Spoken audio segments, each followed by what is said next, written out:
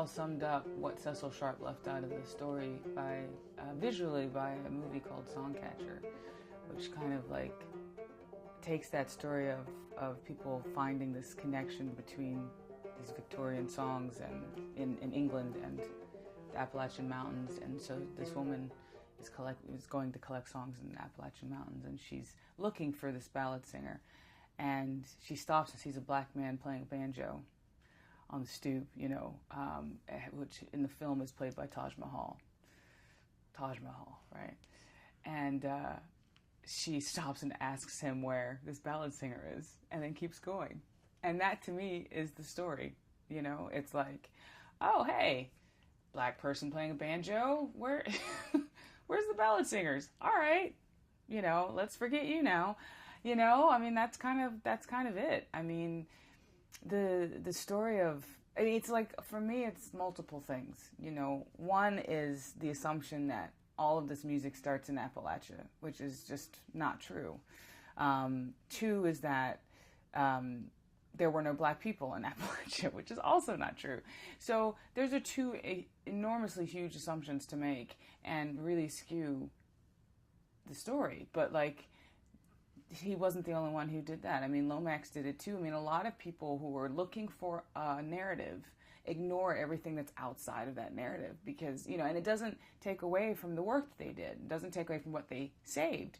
But it does frustrate you when you think about what they left out. The journey of the banjo is so interesting and is so hidden in American culture. You don't have the banjo until you have a lot of people from different parts of, primarily West Africa, coming over, not under their own volition, being brought over to North America, particularly to the Caribbean, which is where, people who were going to be sold into slavery were seasoned, especially if they were going to end up going up to North America.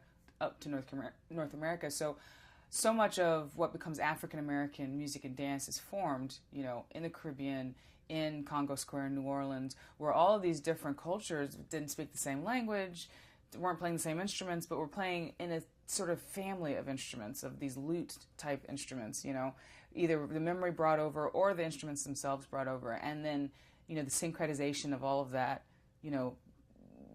forming what becomes known as the banjo, the banjar, the banjo, whatever, banza, banza, in the Caribbean, and then being brought with people up to the southern United States, or actually just the United States in general, because people forget that there were enslaved people all over, I think it was like the first European settler stepped foot on, in North America, and like 20 years later is the first African American, you know what I mean? It's like very, very intertwined all over the place, and that's really important to remember, because the image of, slavery in the Deep South leaves out the Tidewater region, the Mid-Atlantic, and all of those folks that were forming these cultures, these enslaved cultures that then were marched down to the pens in Louisiana and then over to Texas and to Alabama and Mississippi.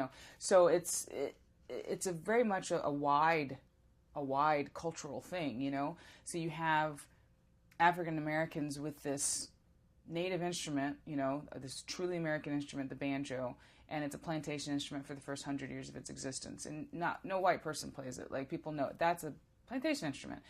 And you have this, and you also have black musicians being trained to play for white dances.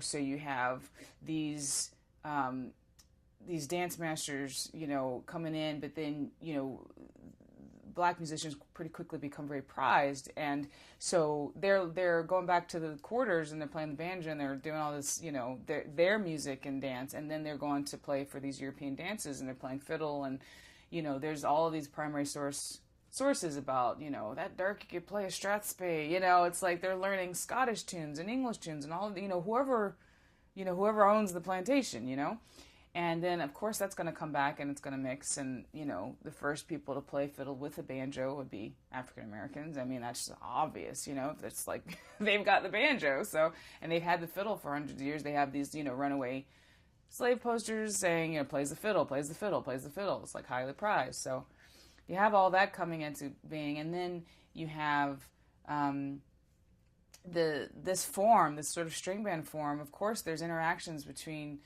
you know, whites and blacks, particularly poor whites and blacks, because they're the ones, you know, interacting. Like, you know, the aristocracy is not interested in this, you know. So you've got all this stuff, and you start getting the first white people playing the banjo, these traveling entertainers. Like, those are the ones we know about. I mean, who's to say that there wasn't some, you know, some white people like who weren't entertainers, like, you know, who were you know what I mean? Like, who's to say that? But that's what we know, you know, is these blackface entertainers start playing the banjo. They make some changes to it, but, you know, in form, it's like the stuff they do it doesn't change the basic form of the banjo. There's no adding the fifth string, and it was already there, and, you know, all of these sorts of things. And then so blackface entertainers start taking the banjo, and people go nuts. They're like, "What is this thing? This is amazing!" You know, and it becomes this cultural explosion. Like, they travel to Europe and Australia and South Africa, and it's